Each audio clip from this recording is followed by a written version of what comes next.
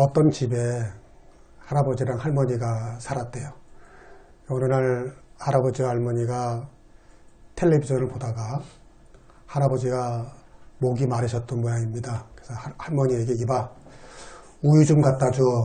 그러면서 그것도 까먹을지 모르니까 적어가라고 그랬다는 거예요. 할머니가 짜증을 내면서 뭐요? 내가 무슨 치매라도 걸린 줄 알아요? 나 참 하면서 가셨어요. 좀 이따 할머니가 들고 온 것은 우유가 아니라 삶은 계란을 접시에 담아가지고 이렇게 온 겁니다. 그랬더니 할아버지가 뭐라고 말했을까요? 왜 소금을 안 가져왔어? 그래 내가 적어가라고 그랬잖아. 할아버지도 잊어버린 거예요. 자기가 우유 가져다 놓고는 계란 가져오니까 거봐 왜 소금 좀 먹었어 이러는. 여러분 잊어버리는 것도 때로 괜찮아요. 만약 할아버지가 기억력이 좋아가지고 이럴 줄 알았어. 우유 갖다 달라는데 말이야 무슨 삶은 계란이야. 아이고 늙어가지고 치매에 걸려가지고 빡 이랬으면 얼마나 불행해요. 근데 부부가 다 왔다 갔다 하니까 오히려 화목한 것 같아요. 여러분 따라합시다. 잊어버리는 것도 좋다. 특히 오늘 같은 날은 그렇습니다. 오늘 송년주일이잖아요. 올해 여러분 살면서 힘들었던 거, 괴로웠던 거, 씁쓸했던 거, 우리 이불킥이라고 그러나요? 자다가 이불킥 하고 싶은 참 생각하고 싶지 않은 그런 일들 다 주님이 어루만져 주셔서 잊혀지게 하는 역사가 나타나기를 축복합니다. 그래서 다음 주에 새해가 오는데 좋은 기억만 가지고 출발하세요. 그러나 다 잊어버리면 안 됩니다. 오늘 송년주일에 우리가 꼭 기억할 것 두 가지 마음이 있어요. 하나는 감사한 마음. 무슨 마음? 감사한 마음. 또 하나 미안한 마음. 무슨 마음? 미안한 마음. 이것이 우리가 송년에 가져야 할 두 가지 마음입니다. 먼저 감사한 마음입니다. 오늘 말씀 3절부터 보면 이게 무슨 내용이냐면 예수님이 십자가 지시기 전에 제자들과 마지막 만찬에서 성찬식을 제정하신 것을 기록한 거예요. 이따가 우리 설교 후에 성찬식 할 텐데 오늘 말씀 듣고 그 뜻을 알면 좋겠어요. 예수님께서 우리가 지은 죄의 이 대가, 이 징벌, 주의 진노와 허물을 저주를 대신 받기 위해서 예수님이 십자가의 고난과 죽음을 당하시게 되는데 그것을 식사 자리에서 빵과 포도주로 비유해 주신 것이죠. 그래서 여기 24절에 축사하고 떼어 그랬잖아요. 떼어. 빵을 떼다는 건데 이 떼다는 말이 원뜻이 부수다는 거예요. 영어로 보면 브로크라고 되어 있어요. 그러니까 사실 우리는 떡을 뭐 이쁘게 이렇게 했지만 떡을 찢고 부수고 해서 제자들에게 나눠주셨는데 그게 뭘 상징한다고요? 예수님이 십자가에 달려 예수님의 몸이 부서지고 찢어진 것을 그 떡으로 빵으로 표현하신 것이죠. 그러니까 피가 쏟아지지 않을 수가 없어요. 그래서 부서진 떡과 포도주가 예수님의 몸을 상징한 겁니다. 그래서 예수님이 여기를 뭐라 했습니까? 이것은 너희를 위하는 내 몸이니 그랬어요. 너희를 위하는. 그러니까 너희가 너희 죄로 찢겨져야 되는데 예수님이 대신 찢어지신 것이고요. 너희가 너희 죄로 피를 흘려야 되는데 예수님이 대신 그 피를 흘리셨다. 그 말입니다. 그런데 예수님은 그렇게 우리의 죄값을 대신해서 몸이 찢어지시고 피를 흘리시는데 도리어 감사해요. 감사. 여기 그래서 축사하시고 그랬잖아요. 축사가 뭐예요? 감사기도입니다. 감사기도. 예수님이 지금 감사기도할 처지가 아니잖아요. 이제 조금 있으면 진짜 몸이 찢어진 빵처럼 찢어지고 피를 흘리며 붉은 포도주처럼 피를 흘리며 고난당해야 할 시간이 곧 옵니다. 이제 몇 시간 오면. 그렇게 사랑했던 아버지와 단절되고 제자들에게도 버림받는 시간이 온다고요. 감사할 일이 아니잖아요. 근데 지금 축사하세요. 감사하세요. 왜요? 내가 너희를 위해 죽을 수 있음을 감사하는 것이죠. 내가 아버지 하나님의 명령에 순종할 수 있음을 감사하는 것이죠. 그 감사한 마음이 어떻게 해요? 십자가의 고난을 능히 감당하실 능력이 된 줄로 믿습니다. 이게 감사의 능력이에요. 우리가 감사하면 그 어떤 고난과 시련도 능히 이겨낼 힘을 하나님이 주십니다. 그리고 마침내 부활의 영광을 누리시잖아요. 그게 감사의 능력이에요. 오늘 우리가 송년을 맞아 가져야 할 마음이 이 마음입니다. 바로 감사.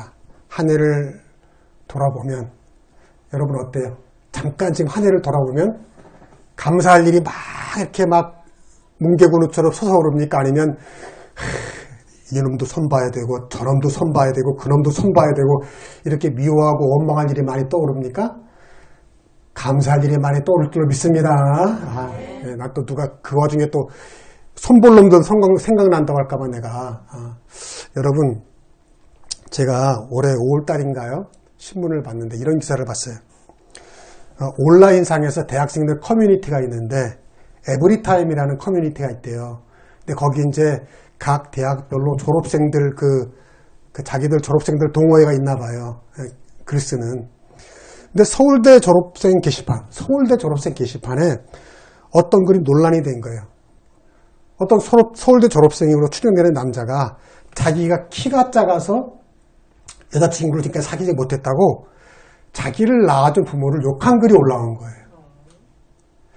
그래서 제가 좀 내용을 순화시키면 이런 내용입니다. 자기가 여자친구가 없으니까 주변에 친구들이 소개팅을 많이 시켜준대요.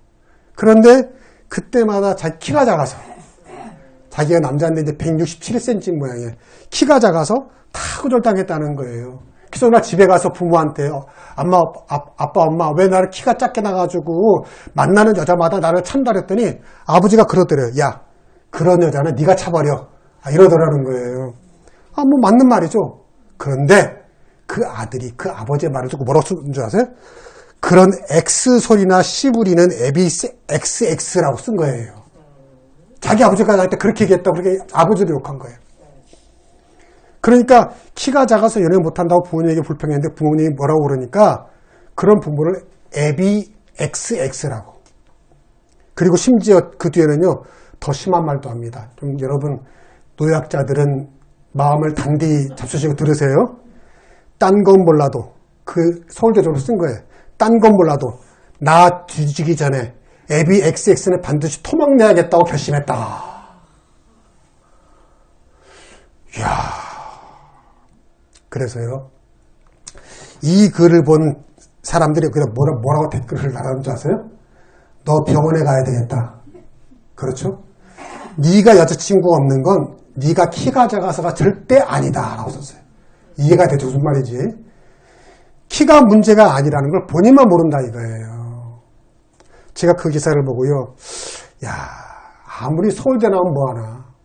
이런 사람들이 서울대 나왔다고 뭐 다 그런 건 아니지만 어디 좀 높은 자리에 가서 도리어 큰일 나지 않겠습니까?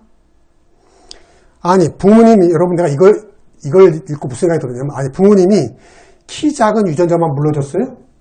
아니죠. 더 좋은 거 물려줬죠. 무슨 유전자 물려줬죠? 똑똑한 거, 공부 잘한 거. 걔가 서울대 간 건 누구 덕분이에요? 부모님 덕분이죠. 부모님이 좋은 머리를 주셨으니까 간 거 아니에요. 근데 부모님이 자기에게 이렇게 좋은 똑똑한 머리 준 것을 감사하지 못하고 뭐만 불평해요? 키 작은 거 물려줬다고. 여러분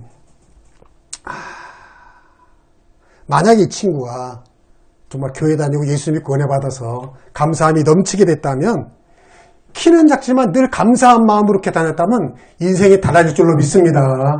안 그래요? 키가 작아도 늘 감사하고 또 솔도 다니고 만난 사람마다 마음은 작지만 태산 같은 키는 작지만 태산 같은 큰 마음으로 포옹해주고 안아주고 하면 왜 여자친구가 없겠어요? 차고 넘치지 트럭으로 오지. 여러분 이거 극단적인 얘기지만 우리가 깊이 생각해야 됩니다. 여러분 우리가 어떻게 좋은 걸 다 받고 누릴 수 있겠어요? 좋은 점이 있으면 나쁜 점도 있고 단점이 있으면 강점도 있고 햇볕이 비치는 데가 있으면 그림자도 있겠죠. 그러나 나는 늘 말하잖아. 여러분이 좋은 점, 그림자가 아니라 햇빛을 바라볼 수 있기를 축복합니다. 내가 받은 감사한 거 생각하고 감사한 거 더 발전시켜 나가죠. 근데 우리는 잘못하면 내가 받지 못한 것, 나에게 없는 것, 그것만 보면서 원망하고 불평해요. 그러니까 더 우울해지고 불행해지는 거죠. 아까 그 서울대생처럼 키가 작아서 문제가 아닌 거예요. 마음이 문제죠, 마음이. 여러분 항상 나쁜 거, 원망한 거, 불평한 거 그런 거 보지 마시고요. 그런 거 보면서 맨날 한탄하고 전생에 뭐 이런 얘기 하지 마시고요. 내게 있는 거, 내가 받은 은혜, 감사한 일들 매일매일 묵상하고 개발하기를 축복합니다. 여러분 하루하루 사는 게 기적이에요. 기적이에요. 제가 아프고 난 뒤에요. 아직도 물맛이 제대로 느껴지지가 않아요. 지금도 이렇게 물 마시잖아요. 옛날에 냉수 마시면 막 시원하고 맛있고 막 그러잖아요. 지금 물맛이 안 그래요. 참 뭐라고 말할까 좀 아무튼 떡달하고 뭐 이상한 맛이 나요. 그러면서 제가 깨달은 게 뭐냐면 야 그때 여름날에 시원하게 물 한 잔 마실 때 내가 감사를 덜 냈구나. 여러분 물 한 잔 마시고서 와서도 감사할 수 있기를 축복합니다. 사는 게 기적입니다. 여러분. 무엇보다 우리가 하나님의 자녀가 되고요. 천국을 보장받고요. 이렇게 예배드리고 하나님의 백성이 되고요. 우리가 이렇게 예배드리면서 하나님의 일에 동참할 수 있는 것이 축복인 줄로 믿습니다. 우리가 예배드리며 기도할 때 찬양할 때 이 지역의 모든 마귀 사탄들이 떨고 도망갈 줄로 믿습니다. 여러분의 가정의 마귀들도 도망을 갑니다. 여러분의 일터의 마귀들도 도망을 갑니다. 여러분이 예배드릴 때 하나님이 역사하십니다. 우리의 연약한 모습으로 주님을 섬기고 우리의 작은 물질로 하나님의 일에 동참하고 이 모든 것이 우연이 아니고 하나님의 큰 축복인 줄로 믿습니다. 한 해를 보내면서 혹시라도 섭섭한 거 원망한 거 다 예수님께서 씻어주시기를 축복합니다. 그리고 예수님처럼 억울하게 남을 위해 고난당하고 죽음을 당하실 것을 보면서도 오히려 축사하셨어요. 내가 너희를 위해서 죽을 수 있구나. 내가 하나님 명령에 순종할 수 있고 하면서 감사하신 예수님을 본받아서 우리도 좀 힘들고 어려울 때 십자가를 바라볼 수 있기를 축복합니다. 올해 여러분 댁에 가시면 또 일터에 가시면 오늘 목사님 말씀을 잘 기억하시고 더 감사하고 괜히 참 감사해 고마워 괜히 남편이나 아내가 집에 있다가 무슨 나한테 잘못을 했길래 이런 말을 하지 이렇게 오해하더라도 여보 고마웠어 얘들한테도 너희도 참 고맙다 하고 감사할 수 있는 연말 되기를 축복합니다. 또 하나 송년회 가져야 할 마음은 미안한 마음입니다. 미안한 마음. 26절, 28절에 보면 네. 너희가 이 떡을 먹고 이 잔을 마실 때마다 주의 죽으심을 그가 오실 때까지 전하는 것이니라 그랬어요. 무슨 말이냐면 우리가 주님의 고난으로 얻은 구원에 대해 감사한다면 우리가 해야 할 일이 있다는 겁니다. 구원받은 자들은 해야 할 일이 있다는 겁니다. 그거 뭐죠? 예수님의 죽으심을 전해야 한다는 거죠. 쉽게 말하면 뭐예요? 하나님의 복음을 전해야 한다는 거죠.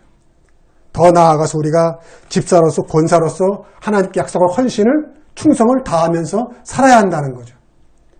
근데 과연 여러분 우리가 그렇게 살았습니까? 올해 2025년을 돌아볼 때 정말 우리가 하나님 말씀을 전하고 복음을 전하며 내가 직분을 받은 대로 충성하며 살았는가? 라고 볼 때 우리가 사실 다 그러지 못한 것 같아요. 그래서 무슨 마음이 있어야 한다고요? 미안한 마음, 회개의 마음이 있어야 한다 그 말입니다. 그 사도 바울이 28절에 이 뭐라고 했어요? 28절 한번 같이 읽어볼까요? 시작. 사람이 자기를 살피고 그 후에야 이 떡을 먹고 이 잔을 마실지니 아멘. 우리가 저 떡을 먹고 마시기 전에 자기를 살펴야 한다는 거예요. 그리고 뉘우쳐야 한다는 거죠. 하나님 또는 누군가에게 미안합니다. 죄송합니다 하고 말할 수 있어야 합니다. 또 하나 있습니다. 내가 상처 준 사람이 없나? 이것도 올해 가기 전에 살펴봐야 돼요. 내가 상처 준 사람이 없나?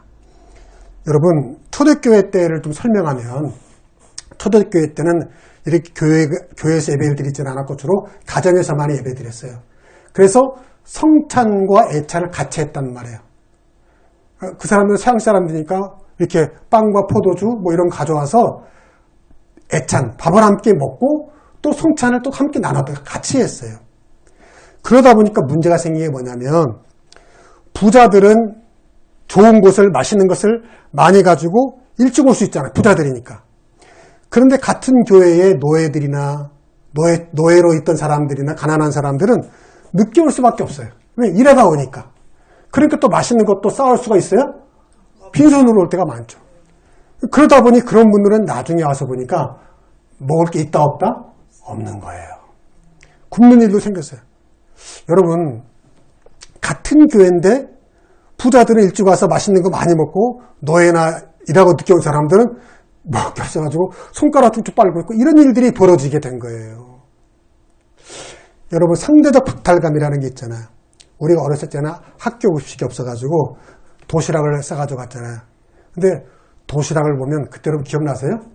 어떤 잘 사는 부잣집 아이는요 양철 도시락을 싸오질 않아요. 뭘 싸오죠? 어깨에 매는 거. 보온 도시락. 딱 뚜껑 열면 반찬이 2층이야. 딱 그 뚜껑 딱 내리면 김이 모락모락 나요. 와. 그 반찬에는 심지어 그렇게 먹고 싶었던 진주햄 소시지 계란볶음. 야, 이 대목에서 정말 정말 눈물을 안 닦을 수가 없네. 근데 그런 아이가 있는가 하면 또 어떤 아이가 있어요. 1년 365일 요만한 그 무슨 유리 반찬통에 뭘 쌓아요? 김치. 그것도 막 만든 맛있는 겉절이 김치가 아니라 하도 오래돼가 시고 꼬부라지고 시커멓게 된 그런 김치. 그거만 달랑 쌓아놓은 아이가 있어요. 1년 365일을. 그러면 그 아이는 옆에 보온 도시락 쌓은 아이를 보고 부러워할까 안 부러워할까요? 부럽겠죠. 그 어린 나이에 상처받겠죠. 여러분 그 보온 도시락 쌓은 아이는 그 아이를 상처 주려고 보온 도시락을 쌓은 것은 아니지만 본의 아니게 뭘 준 거예요? 상처를 준 거예요. 아픔을 준 거예요. 오늘 우리가 그렇단 말이에요. 우리가 누군가에게 상처를 주려고 한 건 아니지만 나도 모르게 나의 잘난 것이, 내가 더 가진 것이, 내가 좀 더 잘하는 것이 누군가에게 내가 행복한 것이 상처가 될 수도 있다는 말이에요. 그걸 우리가 올해가 가기 전에 묵상하면서 회개하고 미안해하고 뉘우칠 수 있기를 축복합니다. 오늘 성경에 그 얘기예요. 그래서 22절 사도 바울이 그 고린도 교회를 질책하는 거예요. 한번 먼저 읽어볼까? 시작. 너희가 먹고 마실 집이 없느냐? 너희가 하나님의 교회를 업신여기고 빈궁한 자들을 부끄럽게 하느냐? 내가 너희에게 무슨 말을 하랴? 너희를 칭찬하랴? 이것으로 칭찬하지 않으라. 무슨 말? 아까 그 얘기예요. 사도 바울이 딱 보니까 부잣집 젊은 사람들은 맛있는 거 많이 싸가지고 일찍 와서 막 먹고 자기들 막 먹고 떠노는데 노예 출신 일하는 사람, 가난한 사람들은 일하다가 와서 다 늦게 싸운 것도 없어가지고 이렇게 그 모습이 한 교회에서 이루어지더라 이게요. 바울이 분노한 거예요. 야, 먹고 마실 집이 없어. 여기 와서 먹느냐? 그러면 차라리 여기 좀 봐. 이렇게 된 거예요. 여러분, 오늘도 우리가 나도 모르게 누군가에게 말로, 행동으로 상처를 줬는지 모릅니다. 그래서 성경은 살피라 그랬어요. 살피라. 회개하라고요. 미안해라고요. 그래서 그 모든 것을 씻고 새해로 가야 우리가 복을 받게 될 줄로 믿습니다. 성경이 오늘 돌아보라, 회개하라는 거는 과거에 매이지 말라는 뜻이에요. 여러분 오해하지 마세요. 성경이 오늘 회개하라, 자기를 살피라 그러니까 과거에 매이는 것처럼 보이지만 아닙니다. 여러분, 내가 누군가에게 잘못했다고 사과해 보세요. 내가 누군가에게 사과한다고 과거가 바뀔까요? 잘 생각해 보세요. 내가 누군가에게 사과했다고 과거가 바뀝니까? 과거는 안 바뀌어요. 왜? 이미 일어났으니까, 이미 상처를 줬으니까. 그런데 바뀌는 게 있어요. 뭐가 바뀌죠? 미래가 바뀔 줄로 믿습니다. 아멘이십니까? 과거는 안 바뀌어요. 내가 누군가 싸웠어. 내가 아프게 했어. 내가 저 사람에게 근데 내가 가서 내가 미안해. 잘못했어. 내가 아픔을 줬지 하고 사과한다고 과거는 안 바뀐다고요. 그러나 뭐가 바뀌어요? 미래가 바뀌어요. 그 사람과 관계가 바뀌게 될 줄로 믿습니다. 하나님과의 관계가 바뀌게 될 줄로 믿습니다. 이게 중요한 거예요. 이걸 꼭 잊지 마세요. 우리가 하나님께 회개하고 사람에게 미안해하면 과거는 이미 일어난 일이라 달라지지 않지만 미래가 변한다는 거예요. 이게 중요하잖아요. 미래가 변해야죠. 미래가 달라져요. 앞날에 변해요. 더 나은 일이 됩니다. 그래서 오늘 주님은 뭐예요? 새해를 앞두고 너에게 너희 자신을 살피라 그런 거예요. 살피라. 왜? 더 나은 내일을 주고 싶어 하시니까. 여러분, 한 해가 저물어가는 송년주일 예배를 오늘 드리는데요. 오늘 이 예배를 통해서 송년의 마음으로 기도하기를 원합니다. 하나님께 감사한 일을 찾아 묵상하고 감사하고 또 하나님께 죄송한 일, 또 어떤 교인들한테 미안한 일, 또는 가정에서 또 누군가 친구에게 또 본의 아니게 상처 준 일 다 회개하고요. 그래서 정말 좋은 일만 가득한 꿈과 소망만 가득한 새해가 여러분에게 오길 주 이름으로 축복합니다. 기도하겠습니다.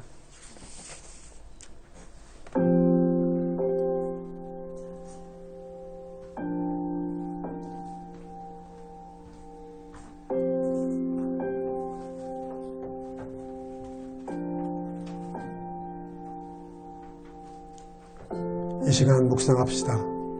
먼저 감사할 일을 묵상합시다.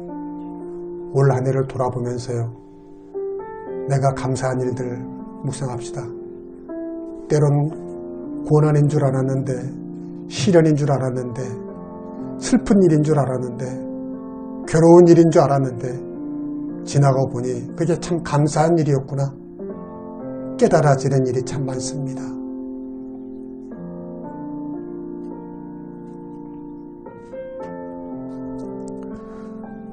또 하나 생각합시다. 회개할 일을 생각합시다. 오늘 주님이 우리에게 자기를 살피라 그랬어요. 내가 하나님 앞에 지키지 못한 것들, 순종하지 못한 것들, 미안한 것들, 죄송한 것들, 이 시간 다 기도하며 고백합시다. 하나님이 깨끗이 씻어주실 것입니다. 또 사람들에게 미안한 일들 이 시간 묵상하며 그 좋지 못한 기억을 다 털고 갑시다. 이 시간 주님이 그리스도의 피로 깨끗이 씻어주실 것입니다.